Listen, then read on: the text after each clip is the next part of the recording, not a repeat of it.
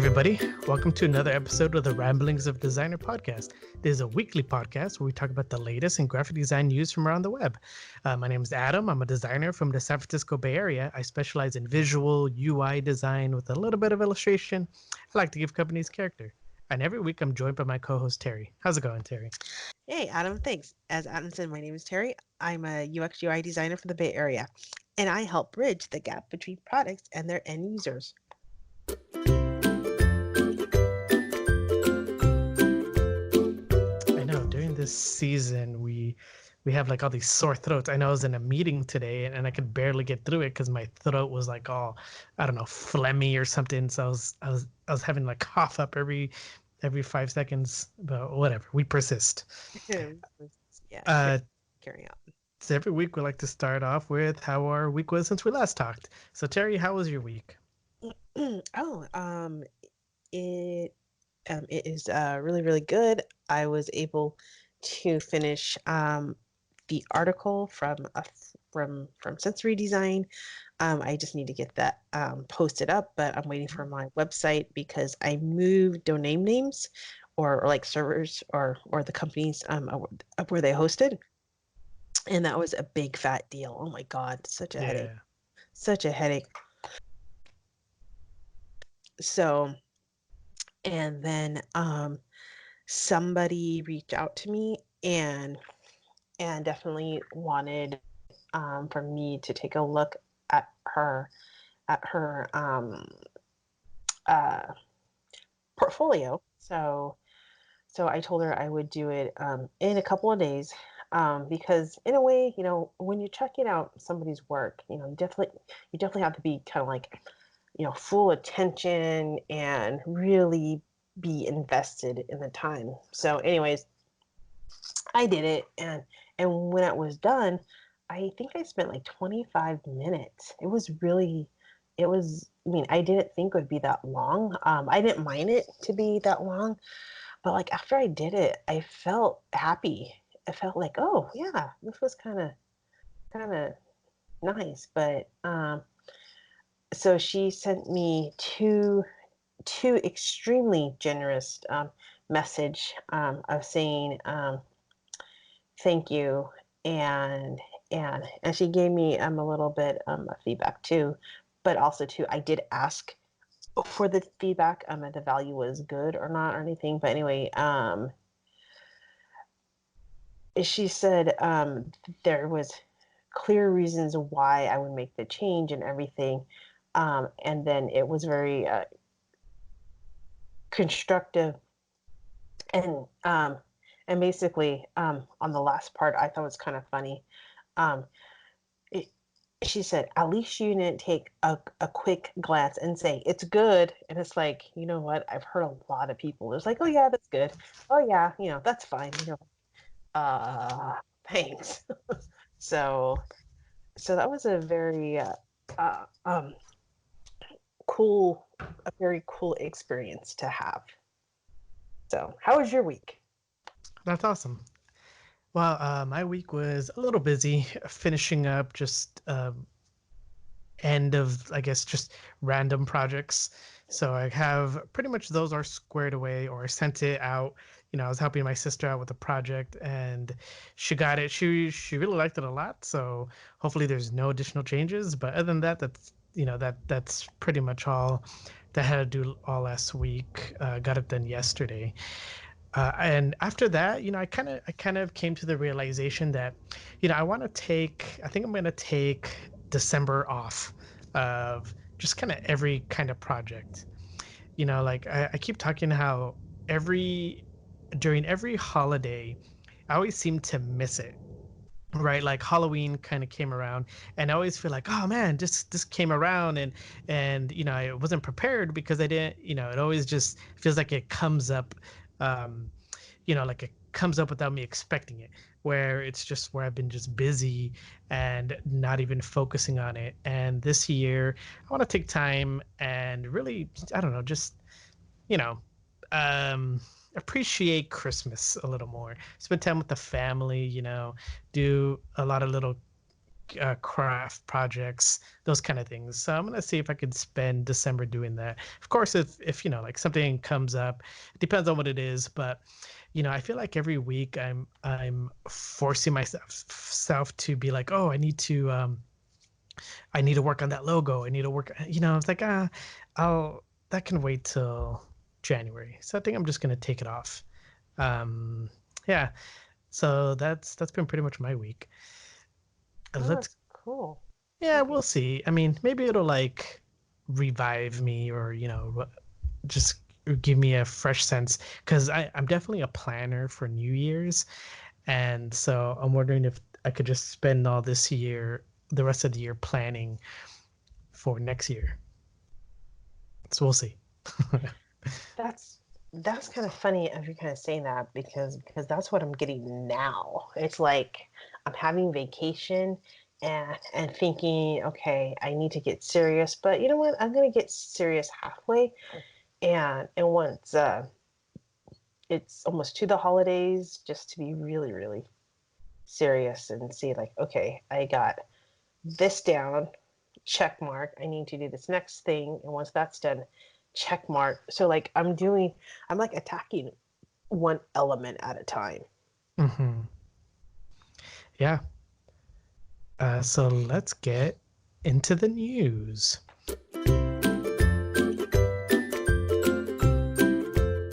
So since it's Thanksgiving, we're gonna give you a Thanksgiving treat by making it a shorter podcast by only having one article each and then answering questions.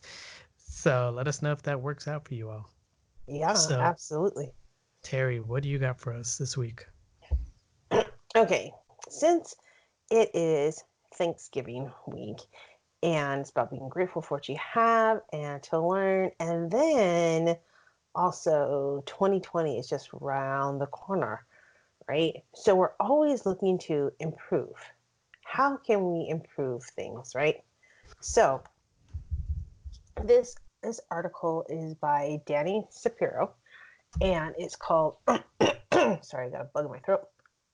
It's from UX Collective. 10 things that helped me improve as a UI designer. Everything I did and still do to grow as a designer. So, so in the theme of giving and eating a lot, probably, um, it's really really cool. So, anyways, he talks about his side projects and stuff, and basically, how can you get into that doing other side projects? So anyway, he kept on saying when he was 18, he had an idea to build a tool that actually allowed people to create their own Snapchat. Wait, Snapchat, if I read that right. Is that Snap? Yeah, yeah, Snapchat. Geofilters and stuff. So he keeps on talking about that and like everything. So I mean, he still goes on talking about all different kinds of things and and whatnot. So, but other than that, he keeps on talking with the geofilters, and then he had some graphic design experience and knowledge and how to use Photoshop and Illustrator, but no exposure to product design. So so after he decided to do his first side project, he goes into everything, what was the pain and the breaks and everything like that.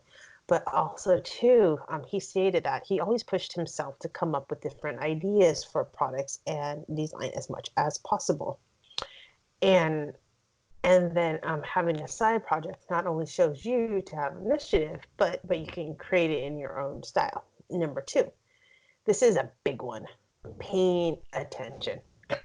This is so huge. I think a lot of people don't pay enough attention, and they just think or they just assume it's this way or that way. But if you keep your mouth shut and your ears open and you actually pay attention to what is around you, you'll be surprised of what you can pick up, right?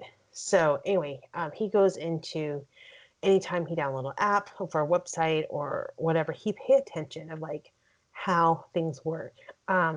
Because he said it was so easy to mindless to sign up for apps, go through the digital experience and not really care, right? Like, oh, okay, I go in, do that, and we just don't pay attention of the smaller details and stuff. So, and number 3, this will be the last one, interviewing. Excuse me. Again, with his opinion for interviewing, definitely to keep sharp. Confidence is definitely a big deal, big, huge deal. So when you interview, because they can smell fear, right? It's kind of like if you're scared of dogs, right? And dogs can smell fear. Well, it's pretty much the same thing, Mhm. in my opinion. But I can be different. That's just my opinion. I'm sure everybody has their own opinion and different 2 cents. So, in the interview process, he had to do a design challenge and then present his work and how he explained it and how he landed different choices step by step. So, sometimes that can feel very uncomfortable, but if you practice enough, it'll be second nature. So I'm gonna leave it at there because he has a number 4, and then he has a number 5, and then he has a number 6, which I actually love the image on number 6. It's really cute. And then he has 7, and then 8, and then it goes all the way to 10. So definitely check this out. He gives some great tips. So, Adam, what do you think? Yeah, these are all great tips for, just how to improve in any field, right? Definitely, especially in design, right? The ability to do side projects. So I know for me, or for some people, right, at work, you're doing a specific type of design work, and sometimes it can get to the point where it's repetitive, right? You're just picking and choosing parts, and so you're not really you don't really have the chance to get those creative juices flowing. And so doing those side projects is a way to not only do projects that more of the design you want to do, but then, just helps you learn just new ways to do things, new softwares, it helps you just grow a lot faster than you could at work. And so, as far as improving your work, definitely recommend taking on a side project. How do you pick a side project? A lot of it is not going to be real, I guess, unless you can develop or you have um, your friends that are developers that you can help on it. But a lot of it can just be just spec of things you might want to exist in the world. I know for me, I always wanted like a clothing app that'll help me choose what to wear uh, that day, so I won't have to think about it. Just look at my app. Oh, okay, I'll wear my blue jeans and my hoodie like I do every day. But so pick a thing that you always wished that you had an app for, and try to make it and see if you can at least get to the mock-up stage where you have something. It could turn into something, could not, but at least you have the experience of making something, right? Create a website for it, the whole shebang. Then you're practicing all these skills you might not have before. I love 3 is what I say all the time. Interview as much as you can. It'll just help you hone those skills of just talking to different people. I know from presenting is always tough, but if you're always interviewing, even if you're reaching for the stars and you might not get the job, right? Just the ability to get an interview and just go talk to them, just so it'll go a long way as to helping you practice. You're building up that script, right? So and you're trying to see, you'll get to see all the common questions that people will give you. And so if you mess up, you're like, oh, okay, well, I have an interview tomorrow, and so I know how to answer that question. And then it just helps you a lot with just having to talk to people a lot. One thing that he had on here, oh right, for number 4, he has reading and design system documentation, and that's what I was talking about. I think like last week or the week before, where before I would just kind of design all willy-nilly, and I'm like, oh, okay, I need to make a button and I need to put like an icon in there, and here you go. And then it wasn't until I found material design that I was like, oh, you need to really space that out. Oh, that makes sense. And so then I started really just buckling down on my design skills and like really tightening it and making it as part of a grid and making sure that there is exact measurements to each and everything that I make, and like things like that really just help you tighten up your design skills. And so I definitely would recommend to pick one that gives you really good documentation, and have that be your fallback, right? Make that be your Bible, if you will, for when you're just getting started, to like really tighten that up. And then, then you can play around with your own dimensions from there. But if you need something to go back on, follow that. Cool, cool, cool. So, Adam, what do you have for us? Yeah, so I have one article. It's from uxdesign.cc, and it's called Why Some Designs Look Messy and Others Don't. And That's funny. so this article is by Renward. It's by RS, just his initials, RS. And how he gets into it is he starts talking initially about if you don't, some people that may or may not use the grid. And the idea is that as soon as you start creating elements, your mind starts to put things in a grid. And he gives an example. If you just draw a square, a vertical grid, a vertical line will start forming from where that square was made, and then a horizontal line will be made for the horizontal will be the whole height of the shape stretched across the canvas. The width would make its own kind of shape, its own kind of lines. And then he mentions how, let's say you put three elements together, well, your mind will start to put these into this rectangular shape. Even if it's a circle, even if it's a triangle or oval, it'll start to like form it into these invisible kind of grids in your mind already. And it'll start to your brain will start, even if it doesn't tell you, it'll know that something is wrong.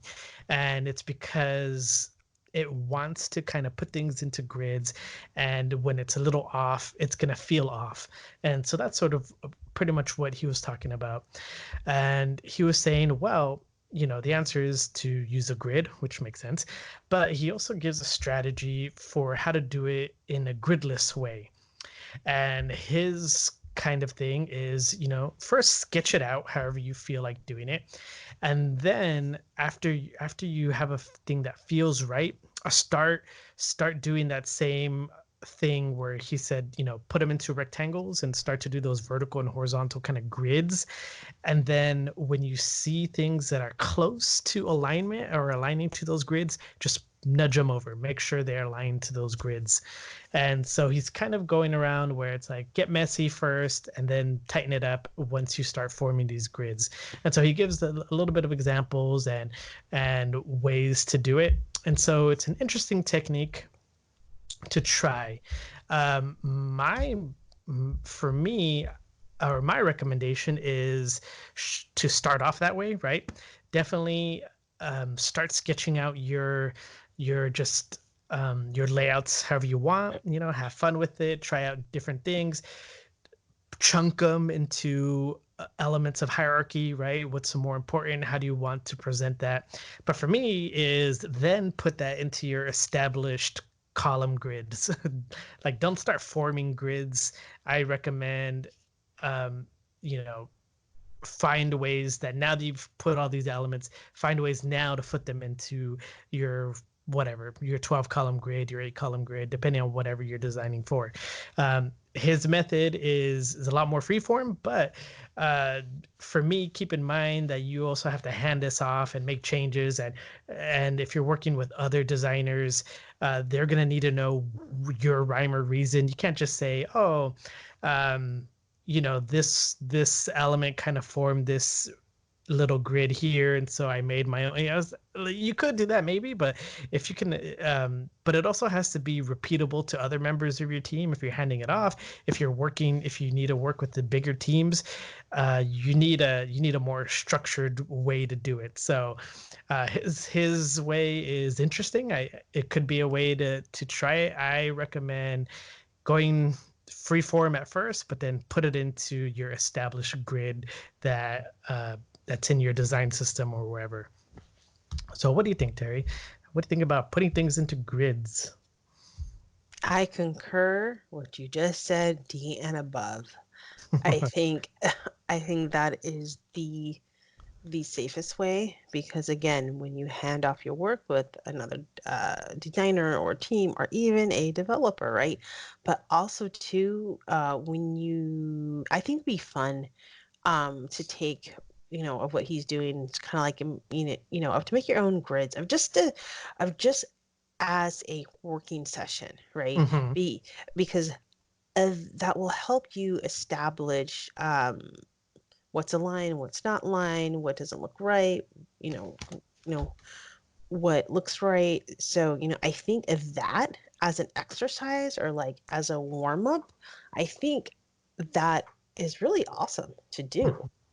But what you have there, I would take Adam's advice and I would agree to stay with the grids because the grids will help you so much more than you know. Yeah, yeah, I like your idea too. It's like, yeah, it's a fun warm up and a practice, sure. So let's see what you can go nuts with. But when you're inventing your own grids, then you run into a problem where when you have to deal with those grids kind of collapsing and converting to mobile, converting to different views, different screens, how is all that content gonna kind of reposition itself Right. if it's all willy-nilly, Yeah. so yeah. Willy-nilly. That's funny. Turkey jerky. Yeah, Willy-nilly. but it's cool. Uh, I like the idea. It's I don't know, try it out. See, if you, I would say try out this method and let us know what you think. Does how does it work for you? yeah, uh no, yeah, yeah, definitely. I want to hear some people's opinions and like, no, this total suck, or actually, it kind of helped me kind of, loosen up so it wouldn't be so like tight or something. I don't know.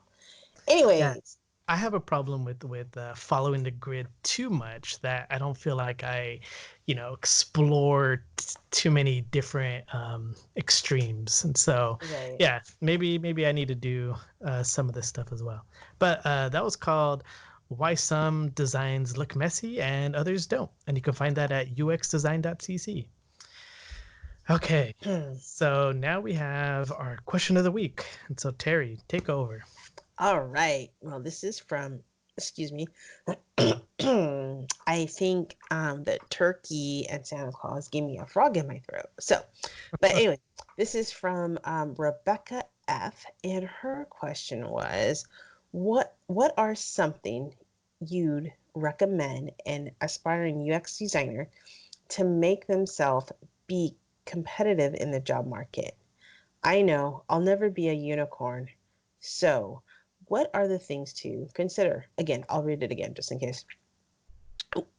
What are something you recommend an aspiring UX designer to make themselves be competitive in the job market? I know I'll never be a unicorn. So, what are the things to consider? So, right back at you, Adam. What do you think? And then I'll give my rhyme and reasons after. So she said the key word in that question, competitive. So what do you do? You need to make a competitive analysis on yourself, on your offerings, on your portfolio, on your resume. Although it's kind of hard to compare your resume as far as the design looks, but for the portfolio, you can do a little bit of competitive analysis. And so, how do you do that? Well, if you have LinkedIn, or if you're in the professional job market looking for jobs, I always recommend to have LinkedIn. It doesn't cost anything, and it's just a place to go for, I guess, career professionals. And so, get a LinkedIn account right away. always. And what you can do once you have one is, let's say, where do you want to work? Right? Let's say you want to work for Google or Facebook, or let's say you don't and you want to work for like an agency, you know, you can look up the employees of those that work there that are UX designers, and you can find their names, and then from there you can look for their portfolios online or see what they have, and then now you have a good research of all the different designers that are designing for the position you want, for the job you want. Even if you're looking to, you want to fill out a resume for a job, find out who works at that job and check out their portfolios as well. And there you go. Now you have a bunch of different portfolios, and you get to see how you measure up. So there's your competitive analysis in the job market. What are they doing that you need to? What else do you need to include? I know for me, when I was looking to hire to get a job, I did the free trial for LinkedIn. I think it was like a month free, or maybe it's like 7 days. But they have this paid version option where if you apply for things online, they show you the tags, under the skills section where you put what skills that you have.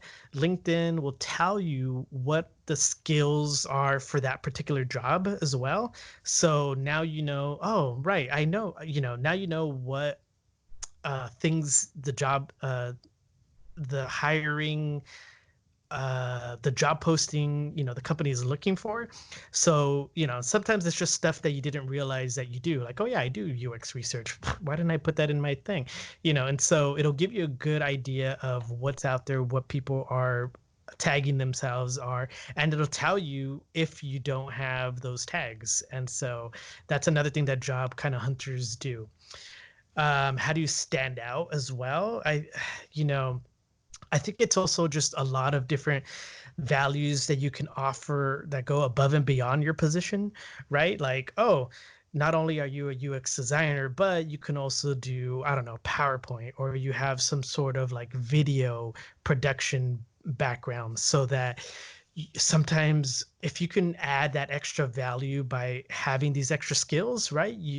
Maybe hopefully you have a Creative Cloud account, and so learn a little bit about each of these softwares, and then you could also include that in your portfolio as well. It's like, hey, not only do I, like me in my intro, I say I do visual, I do UI, and I do a little bit of illustration, right? So I'm trying to add in all these other features that, like, hey, let you know if you need this or that, I have a bunch of little things that I'm working on. So I don't know. Those are my 2 cents. Terry, what do you think? Yeah, I mean, definitely, to go with where you started to be in the word competitive, because it is competitive, but I think in a very unique way. Um, just like in the last question, that we had, is like, how can you make yourself different? How can you brand yourself? Because there's only one you. There's only one Adam in the world. There's only one me in the world. So in a way, we are different, right? And basically, it can be these like real subtle hints of when you're doing your research on the company, and then on the regarding other current designers that are actually in that job, and definitely reach out to them saying, how do Mhm. you like working there?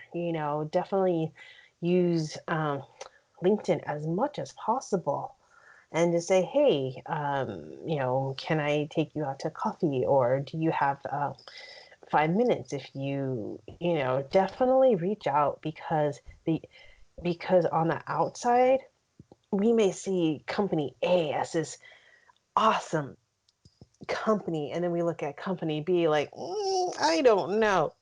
And then you talk to somebody at company A, and they're like, I'm leaving. Like, what? So just things are shiny on the outside, that doesn't mean they're shiny in the inside, right?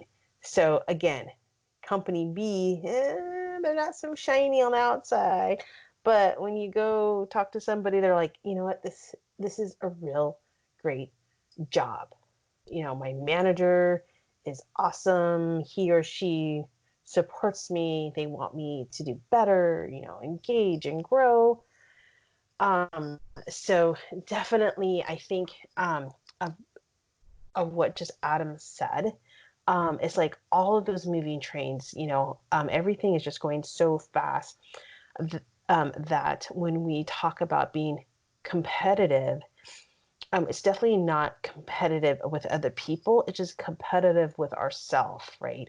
You know, how well are we going to get good? You know, what is it going to take for us, for somebody to actually call us, right? What is different? Definitely evaluate yourself on your skills. Just for example, I'm going to use Adam and I. Adam can draw, right? You know, um, he can do storyboards coming out of his left ear and drawing and everything. Me, I'm lucky if something looks like something, but that's okay. I still have to practice. But so anything you want to do, just keep practicing. But also too, if you have a knack for something already, like, well, I can write. Well, maybe you can work with another designer and work on content, saying, you know what, I did this content and and I helped design this in this role. If you feel like it's too much for you to start your own projects, because sometimes people, they do get fearful of that, like, oh my god, it's just too much and it's too anxiety, and then they just stop. So again, there's different ways to pair up with other freelance designers too, and definitely get a project going and stuff. And then also too, mention about, I know I'll never be a unicorn. How do you know, Rebecca? You might be a unicorn. Don't count yourself out, because if you already tell yourself, I'll never be this, then you're not. But if you tell yourself, maybe someday you might be a unicorn, you might learn how to code. How do you know? Have you tried? You might just love it, or you may not like it. I don't know. But don't tell yourself no until you try. So there's other things to consider as well, just be more open, and basically, as Adam said, talk to anybody that you want to talk to, like interviewing. Even though you may not like the job, or maybe in different location, who knows, that person may know somebody that may know somebody. Maybe you might not be the right fit, but they know other recruiters saying, hey, you know what, this person for such and such, I know this recruiter, she's looking, I think you might be a better fit for that role. You don't know. So get out there. Stop being a ostrich with your head in the sand, being scared or whatnot, or like having, of a little fear or anxiety. Well, I don't know, maybe I'm not that good. Who cares? It doesn't matter. Just go, move. Right foot, left foot, right foot, left foot, right? You just make those small steps. Sorry, okay, I'll get off my soapbox. Sorry, I kind of went into a little bit too much, but it's just, again, I just hear just from so many different designers coming out of boot camps and this, and I was like, well, how do I compete, or how do I get this or get this? It's just like, you work, you you really look at your resume, you look at your portfolio, and you make changes. Yeah, you know what, you may spend a month working on this project and you're not getting any calls in 2 weeks, nothing. Well, you know what, go back, change it, do it again. That's just part of design. It just changes. That's what design is. You change design. You change it every single time. And when you do that, you just get better and better and better. It's just the process. So, right or not? Yeah. Oh man, Terry, I love that little tip you had in there, which was to actually. So me, I was just like, hey, just go check out who these designers are, but that's tricky. You gotta if you just go out and reach out to them and just start asking them like little things about the company. Like, hey, I saw the job posting and I applied, and I was just wondering what if you could tell me a little bit how it's like working there and what are and if you reach out and have this rapport with all the designers there, then they're going to remember you, right? And so if they're I know I've been in part of teams where I may not have been the hiring part of the hiring team, but I did interview uh, some designers. And if I knew that I was talking, like I knew if I knew that I was with somebody that I was had a rapport with already, like on LinkedIn, I'd be like, oh, I totally remember you. You reached out, I was talking. Then that's gonna stick in their heads too, and that's gonna make you memorable already. And so Mhm. I love that tip. I should I'm not in the on the job market right now, but if I ever am, it's like what's the worst that can do? Like you're not saying, hey, hire me or anything. You're just kind of like asking their opinions and you're just kind of, getting a feel. But in the background, you're like, hey, remember me, right? Oh, I love that. Yeah, and it's kind of funny because actually it brought a small little story. Decades ago, a little ways ago, I was working at a company, and basically one of my coworkers, she was a couple higher level ups, higher, and she was looking for somebody within like of an admin role, or but not an admin per se, but just in a role to help her with her job because it was getting so big. And basically it's like, oh my god, I know this perfect person. She's on it, she can do this, she can do that, XYZ. She runs, she's actually a manager at a retail place, and she would be perfect. And I just went on and on and on, and she's all, okay, well, give me her resume. So I did. And and she comes in just for the interview, and that is like, basically I go, so like, how did it go? Well, she goes, I sat down, I was so nervous, and the person that was interviewing said, well, talk to Terry. She thinks you're awesome. And basically, I trust her judgment. So you're hired. And that was it. So, like, for the next hour and a half, they were just talking about stuff. Crazy, Yeah. huh? Well, that's another tip is befriend every designer you run into in this industry, because you know what, this is a small industry. It doesn't matter what city you live in. There's only a handful of designers in that city, and they're all going to be moving around all the companies within that city. And so you're going to run into people over and over again. And I to this day I still get just old coworkers like reaching out like, hey, are you contracting still? Do you want a gig or something? Like I still get old, just old friends that'll like say like, hey, we're reaching out, we're looking for somebody.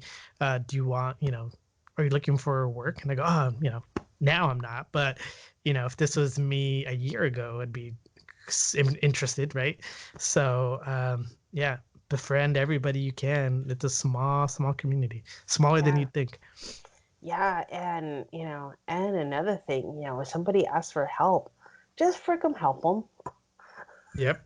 If you get a LinkedIn request or something, or just take the time, you know, give them your time, because that is the most greatest gift that you can give anybody. It's just your time. They're not asking for money. They're not asking for your left liver. They're not asking much. They're just asking for your time and your advice.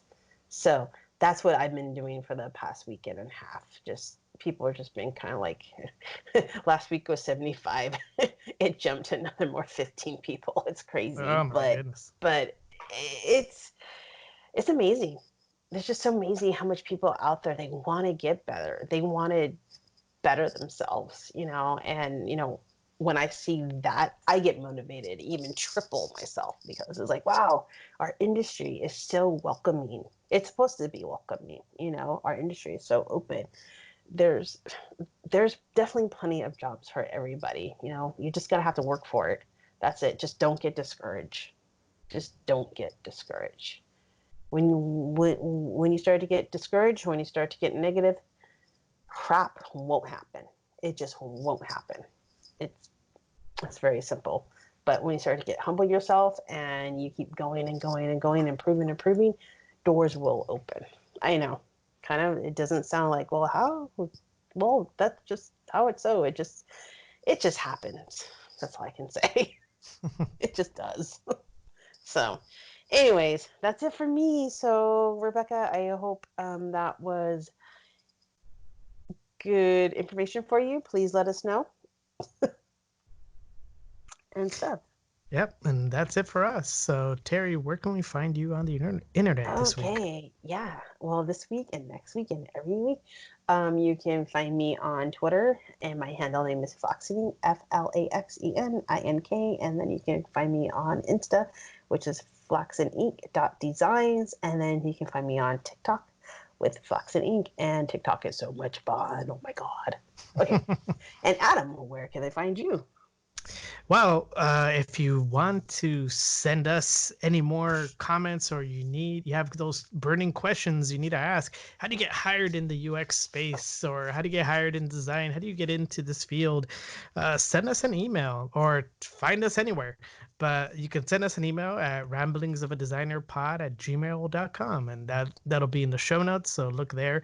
And you can find me on Twitter at Adan Cepeda, that's ADANZEPEDA, and you can find me on Instagram at adanz.designs. That's with an S at the end. And that's it. That's it for us this week. Hopefully everybody has a great Thanksgiving, and if it wasn't, there's you can try it again at Christmas. So Yeah, that's it for us eat this week. yeah, eat that turkey, eat that ham, eat that potatoes, eat that sweet potatoes, but I don't like sweet potatoes, but that's okay. Anyway, happy Thanksgiving, everybody. Yay, gobble, gobble. Bye. Bye. Aloha.